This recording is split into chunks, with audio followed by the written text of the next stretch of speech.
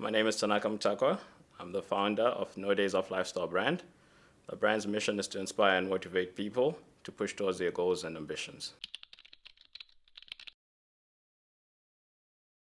In the case of No Days Off, it actually started as amongst a group of friends of mine. We used to send out motivational tweets to each other about 4 years ago.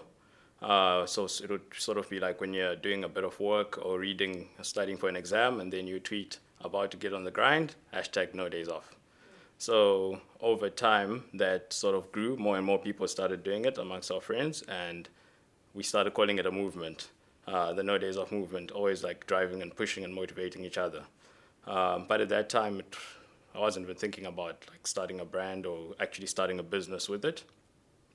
And what eventually happened was one of my friends who was part of the group who were treating each other had a birthday coming up. And my brother and I sort of had a good idea. We're like, hey, we're always talking about no days off, so why don't we make a T-shirt for our friend and we'll surprise him with a no days off T-shirt.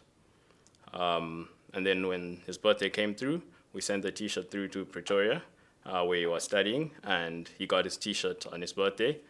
And when he got it, he took a photo and put it on Twitter, and he's like so happy that Tanaka and his brother sent me a T-shirt, and hashtag no days off. So again, still not really thinking about where is this going, is this a brand or anything.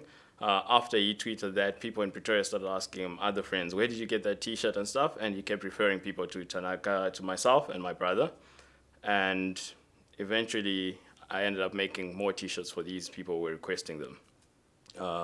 And obviously that led to a bigger cycle because now more people have them and more people are asking for them. So at that point, that's when I realized there's something in this, why a lot of people are interested in getting T-shirts and stuff, and what's the purpose. So that's when I decided to get the business registered, get No Days Off Private Limited registered, and actually start a brand and start thinking about what does No Days Off mean and why are people interested in it.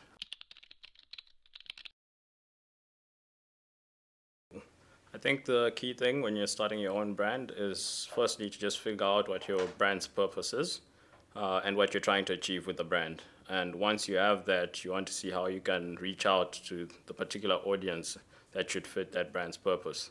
And one of the other key things is to try get your brand's audience to become your brand ambassadors. So they should love your brand so much that they will talk about it and spread the message without you having to push out a lot of marketing material for it. So as long as you have a purpose for it, I'm sure you can identify the people who would fit into that purpose. And it's just more about reaching out and getting across to them.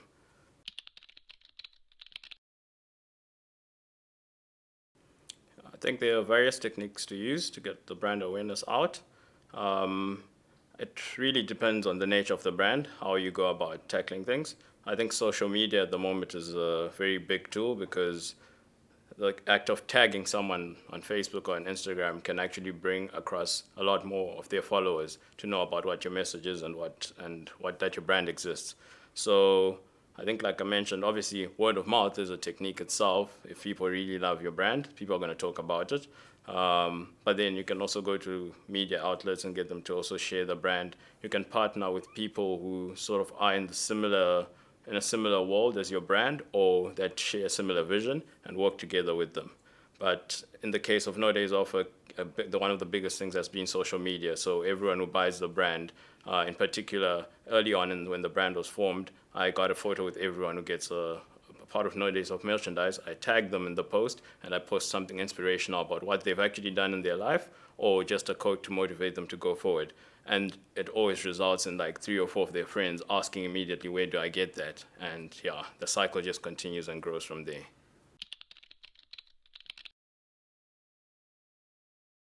Yeah, so when your brand is in its early stages, partnering up with like media outlets or people doing something similar that could help you out, to be honest, can be very difficult. But what the easier route to go is to partner up with people who are also starting out because they need you, you need them. Of course, it doesn't mean hold back on going for the bigger outlets and everything, but it's easy for, as a clothing brand that's starting out or or anything, you partner up with a marketing agency that's starting out, because then you're working together in the early stages and you sort of have a partnership early on, and they'll be more receptive of an early stage client who can also help their name grow. So I'd suggest like find other people who are in the early stages, go across like in your city or town and like meet up with fellow entrepreneurs who are in the early stages and see where you can give them value and they can give you value. Yeah.